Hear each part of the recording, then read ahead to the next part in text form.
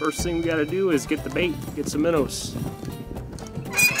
Guys, all right, man. How are you? How many for you today? 3 dozen. 3 dozen. All right. Fat scoops for all. Cool. There you go. All right. Thank you, sir. No problem. These are waxworms. They're pretty much like a maggot. These turn into flies if they're kept in the warm long enough. Here, these are like little baby crawfish. And that's about it for bait. We got the minnows, we got the waxworms, and the wigglers. When you're not using a shanty like we are today, you definitely want to dress warm and wear the proper boots and warm clothing.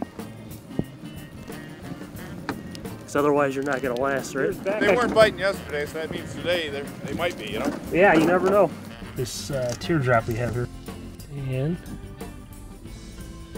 our strings in.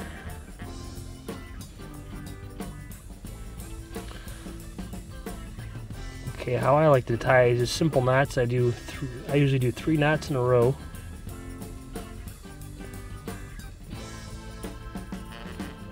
There's 2. And there's 3. And then it's kind of an overkill, but I always loop the line back through my hole. And I do another 3 knots.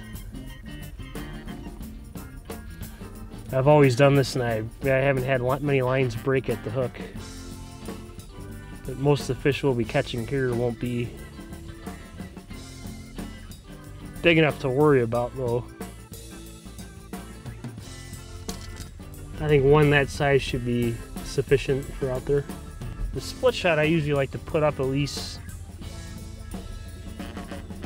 3 or 4, 5 inches or roughly above the hook, just so we have the action down by the hook when we put our minnows. Okay, so we're going to crimp our split shot. It's just a piece of lead. We don't need to get it too tight, just tight enough to where it's not going to fall off. So there we're good. Now what we already have tied up here, these are pre-tied up on just standard fishing pole reels. We have our split shot up a little higher. We have a silver colored teardrop here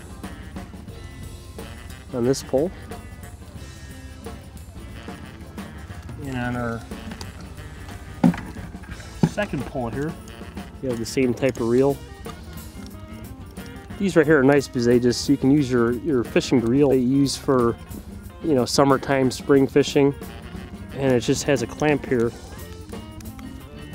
just like on the longer summertime fishing pole where you can slide your reel off and go from ice fishing to summertime fishing with your bigger pole. And it only takes every bit of 30 seconds or less to convert it. And on this pole here now we have a gold teardrop. I've been pretty lucky with gold. It seems to be one of my good colors. We don't have an auger, a hand auger, gas auger, so we will be using our spud or spike for making our holes to fish out of. So what we're taking out today, we have our minnows, which we got from the store. 2 poles, gold and silver teardrop, pre-strung. We have our scooper. That's a good tool to keep your hands clean from getting wet.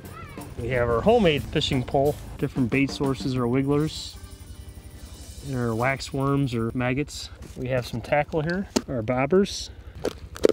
This is a very crucial tool right here that we'll be using. This right here is a weight that we use to clip at the end of our teardrops, and this is so we can find our depth. And lastly, we got our bucket, which is a good tool. We put our stuff in here to carry it out, and we can reverse the bucket to sit on and put our fish in there when we catch them, if we catch them.